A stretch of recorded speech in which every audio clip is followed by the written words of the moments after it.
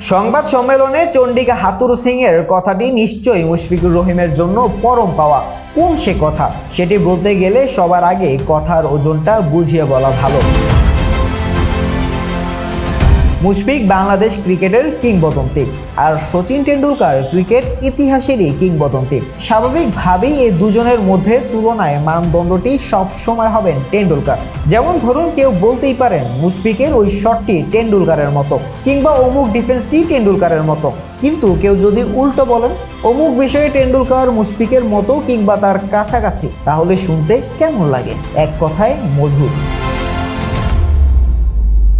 চেন্নাই আজ সংবাদ সম্মেলনে বাংলাদেশ কোচ চন্ডিকা হাথুরু সিং ঠিক এমন এক কথাই বলেছেন মুশফিককে নিয়ে। প্রতিটি সিরিজের আগে তো বটেই, সামনে কোনো খেলা না থাকলে মুশফিক সব সময় যেভাবে নিজেকে প্রস্তুত করেন, অনুশীলনে যতটা ঘাম ঝরান, ক্রিকেটের বিভিন্ন সংস্করণের জন্য যেভাবেই নিজেকে গড়ে তুলে তৈরি করেন, সেসব বাংলাদেশের ক্রিকেটের তরুণদের জন্য দৃষ্টান্ত। শুধু কি তাই, মুশফিকের একদিনের প্রস্তুতি নিয়েই আস্ত একটি অধ্যাবসায়ের গল্প লিখে ফেলা সম্ভব। কোচ হিসেবে হাথুরু সিং এর এই মুশফিককে প্রতিদিনই দেখেছেন এবং সম্ভবত সবচেয়ে কাছ থেকে দেখেছেন। আর সেই কারণেই ভারতের মাটিতে বসে ভারতীয় ক্রিকেটের ঈশ্বরের সঙ্গে তুলনা টানার সাহস পেলেন বাংলাদেশ কোচ।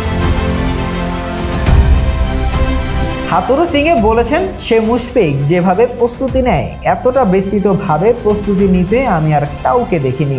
সম্ভবত সচিন টেন্ডুলকার তার মতো ছিলেন কিংবা তার কাছাকাছি ছিলেন। মুশফিক এমনই, এবং ক্রিকেটে সে পুরোদস্তর পেশাদার।